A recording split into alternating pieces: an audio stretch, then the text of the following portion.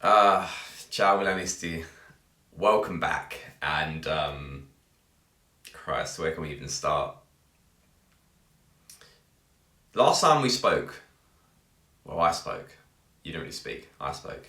I said the next couple of games for this team are going to be an indication of the character that we have from all levels. And that was prior to the Supercoppa against Inter Milan.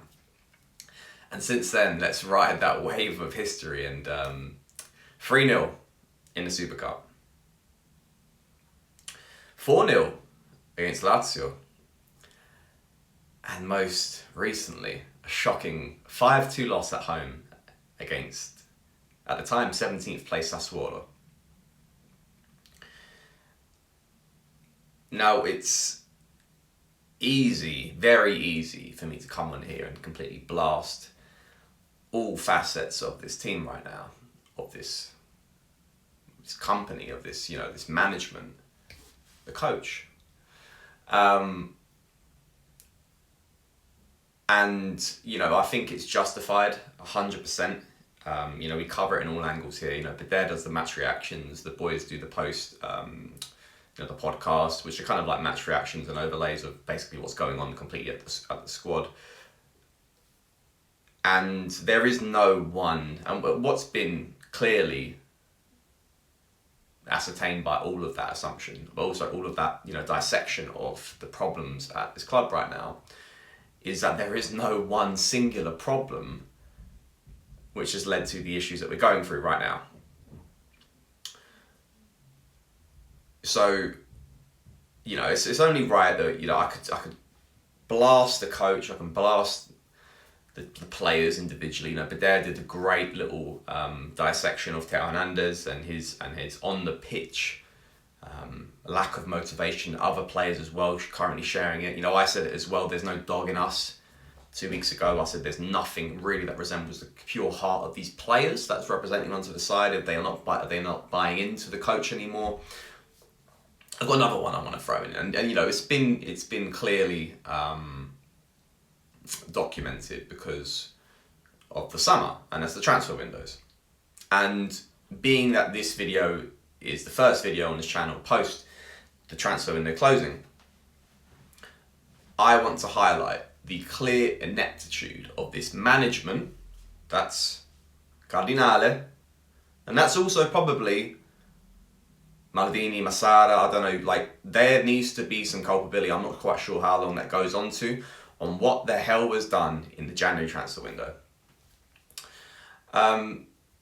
There's a saying in football, those who act in the January window, I think, are making amends for the failures of the summer window.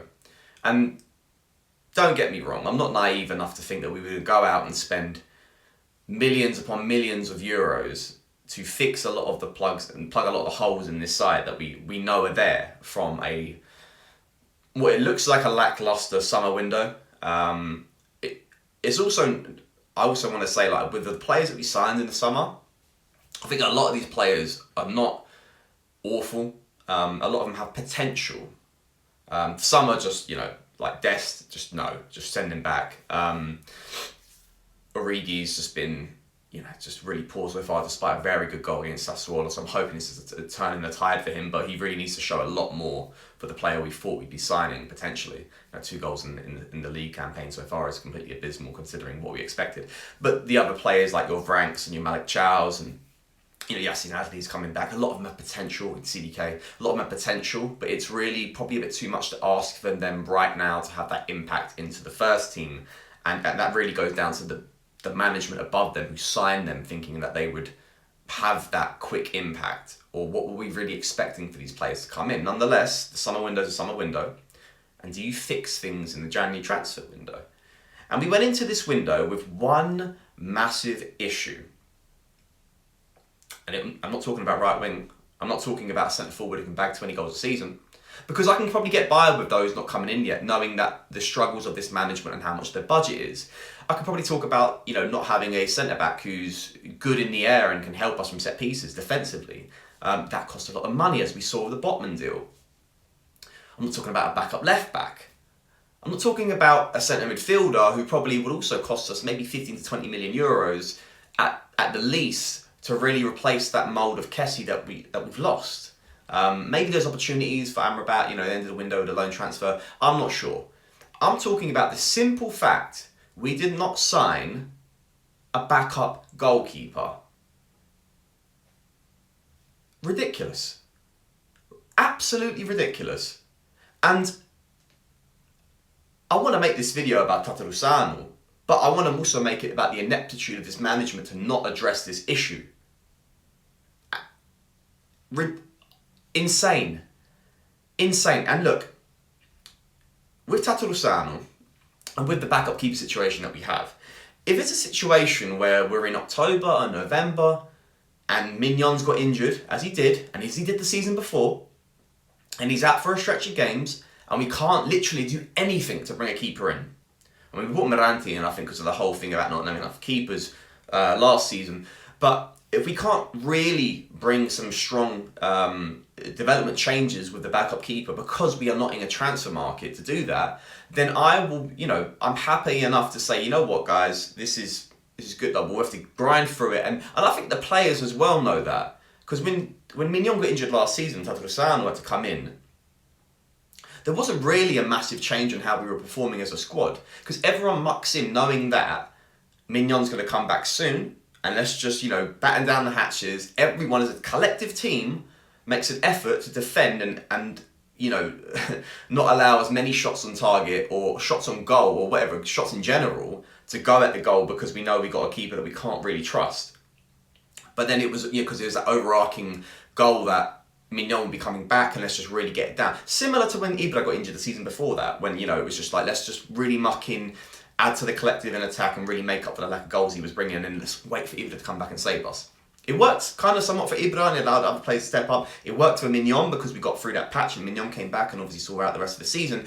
It's not working now because we've gone through that stretch and we did that, got into January, got to the World Cup break, and then Mignon's had a relapse on the injury, not back till mid-Feb. How? In what mind frame was it sane to not then address the issue when you're going into a window with 3 cups on the line?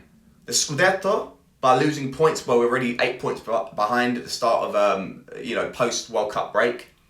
Coppa Italia fixture and the Supercoppa. How did it not make sense to bring in a backup keeper and roll the dice and say, Tata's probably good enough to get us through this? He's not, and that's clear as day he's not, because if we look at the stats so far, it's completely embarrassing. I was at 19 shots on targets since the start of 2023, and 14 of those shots have been goals. The defence, the team collectively, they don't trust him. They argue with him. He can't clear his lines. He can't, he punches every fucking corner that comes in or every set piece because that's how he deals with it, because he's not tall enough, he's not strong enough, he's not imposing enough as a goalkeeper. Tata's Tata. We all know he's trash. But management, how the hell have they rolled the dice and thought he's good enough to see us through a crucial month and a half of fixtures, where now they've rolled the dice and it's failed? We are out of the Coppa Italia against a 10-man Torino side, which if we look at the fucking route to the final now, we could have had a blast there, but that's all hindsight. But nonetheless, we lost and we're out. We lost the Supercoppa embarrassingly.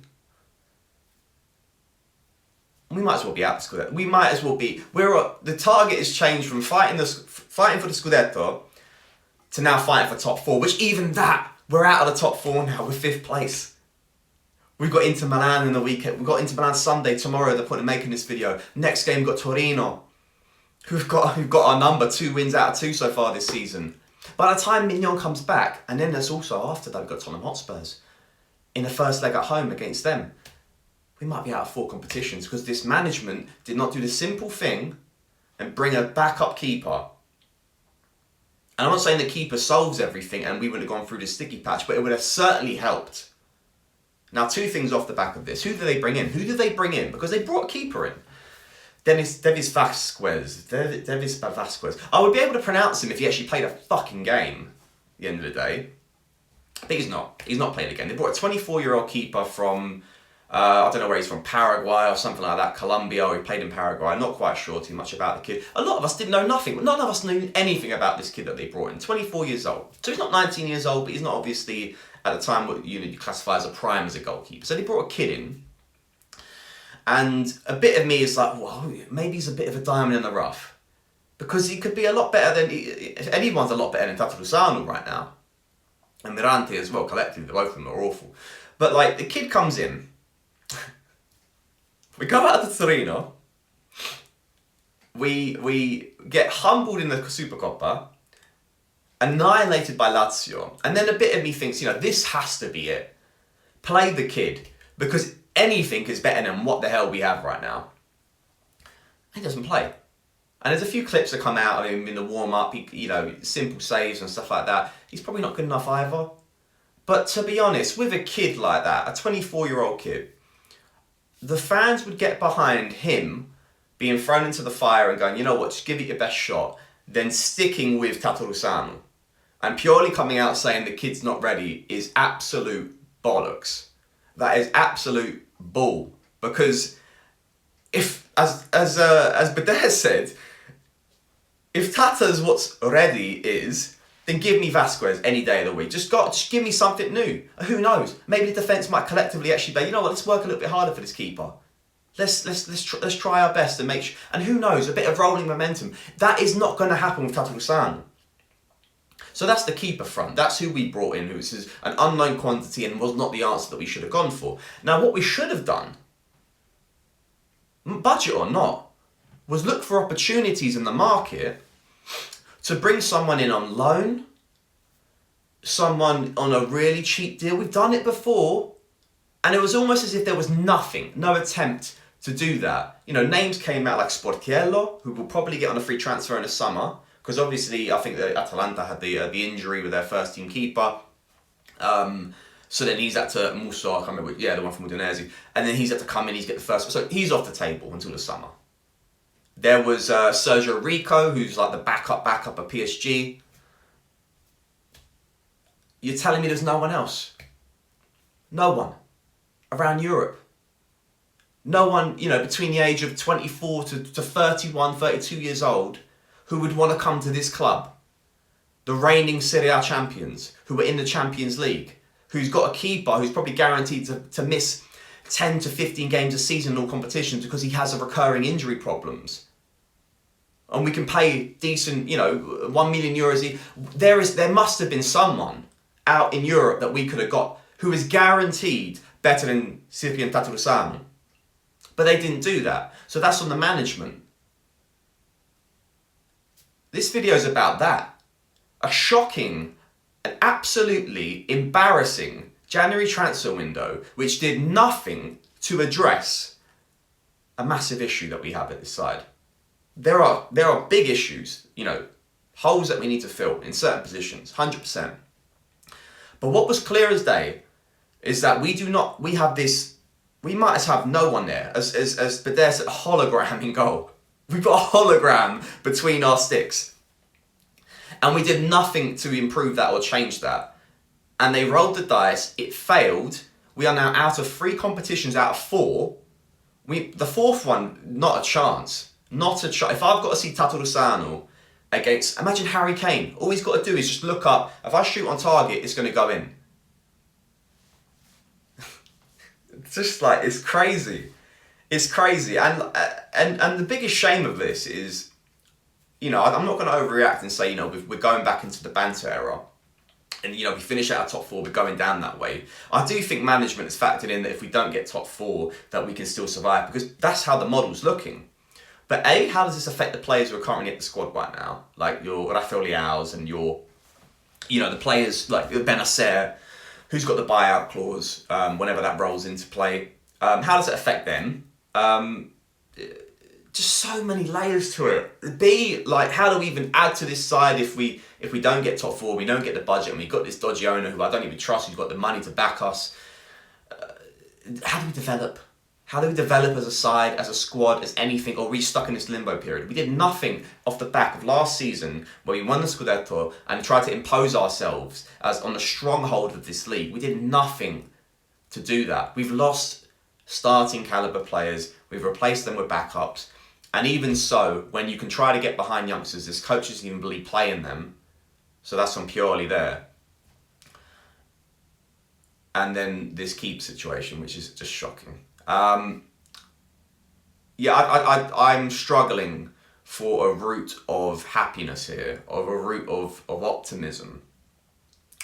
With Inter Milan coming up, Torino, Tottenham.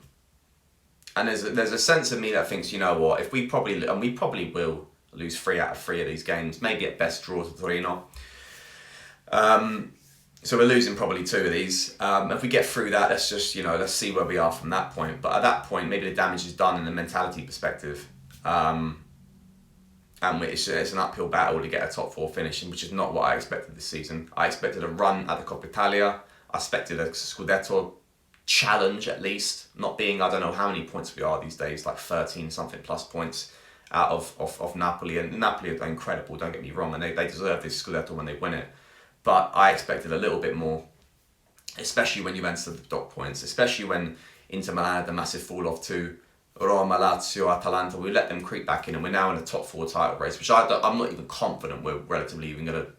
We're not at this very moment. We're not going to finish top 4. We're not going to finish top 4, and I have more fear that Juventus are probably going to creep up on us than actually us finishing top 4. So we really need to get this shit together. Purely. Management, Ibra needs to come back. We need Mignon back as fast as possible and get back to what the hell we did last season, which was fight, work hard, get the dog back in us. Teo Hernandez needs to buy in a little bit more. Rafael Leao needs to buy in a bit more. And most importantly, Stefano Pioli needs to play players based on form. And the players who he sees in training, who are young and are hungry and can add to this side, your Vrankses, Malik Chow's, CDK, give him fucking 90 minutes. Would that be so hard to ask? And then we'll see where we finish in the summer. But at the same time, it's just not happy. It's not a good place to be in right now as a fan who has seen us go through shit. And we now reside in this limbo period of what is next. And I'm really worried of what is next. And these are definitive moments. I said in the last video, the next couple of games are the question of our character. The character's been put into question and we failed. Now let's see if we go again, because I still believe some little glimmer of hope, despite having a hologram in goal, that we are a side who can probably, maybe, beat Inter Milan this weekend, and let's see how that confidence then builds back up. And as Bader says, keep pointing Bader here, are we potentially 1 win away? 1 win away from sorting this stuff out? Maybe. But personally, I don't see it. I think it's a build of successive games where we can build that and grow to that confidence. But right now, getting that win seems light years away. We can't even get a draw. We can't even look remotely close to earning a point in a game. So we'll see. But anyway, guys, that's it. That's what I wanted to talk about. One thing in context, which was the winter market, the goalkeeper situation. We really need to just, I need to see something. I need to see something. There is nothing right now for me to be happy or confident with. I make these videos because, as much as I do want to talk about stuff that's positive, and I historically have, we need to also highlight the problems as well at the same time, and I think we were in agreement on this one. So until next time, guys, let's pray that something happens and we can get some points on the board and we can salvage this season as fast as possible. And until then, Forza Milan.